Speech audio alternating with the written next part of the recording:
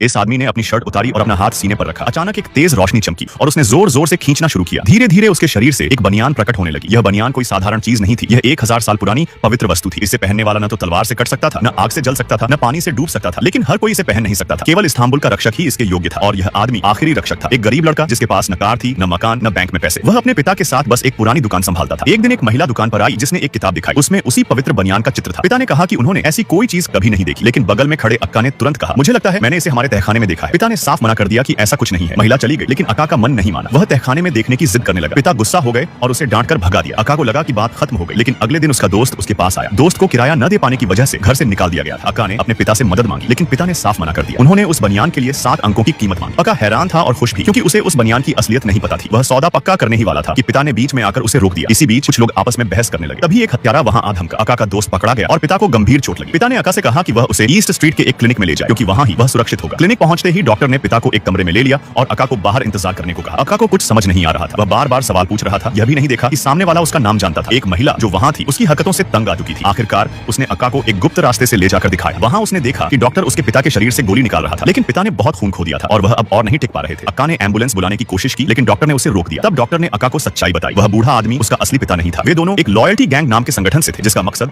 अक्का की रक्षा करना था। अक्का का असली काम था इस्तांबुल की रक्षा करना और अमर लोगों को खत्म करना। अक्का को यह सब पागलपन लगा। वह चिल्लाया कि ये लोग पागल हैं। डॉक्टर ने उसे वह बनियान दी और कहा कि इसे पहनो, सब समझ आ जाएगा। अक्का ने जैसे ही बनियान पहनी, कुछ मिनट बाद वह जोर जोर से हिलने लगी। अचानक वह पिघलने लगी और उसके सीने में समा गई। पलक झपकते ही वह एक खास निशान में बदल गई। अक्का हैरान होकर अपने सीने को छूने लगा। विश्वास नहीं कर पा रहा था कि यह सब सच है। तभी सामने खड़ी महिला ने पिस्तौल निकाली और अक्का पर गोली चला दी, लेकिन अक्का को खरोंच तक नहीं आई। उसके शरीर ने गोली को न सिर्फ रोका, बल्कि उसे झपटा कर दिया। महिला ने बताया कि वह इस्तांबुल का रक्षक है। वह बनियान उसकी पवित्र वस्तु है जो उसे अभेद्य बनाती है। अक्का यह सब स्वीकार नहीं कर पाया। वह मौका देखकर भाग गया और अपने घर की ओर दौड़ा, लेकिन घर पहुंचने से पहले उसने देखा कि नीचे कुछ संदिग्ध लोग जमा थे। वह चुपके से पड़ोसी के घर गया। वहां उसे पता चला कि जब से वह बनियान लेकर गया था, कुछ लोग उसकी तलाश में दुकान पर आए थे। अक्का अपने पुराने घर लौटा और अपनी सुरक्षा के लिए एक हथियार उठा लिया। और आगे क्या हुआ देखने के लिए कमेंट कर नेक्स्ट पार्ट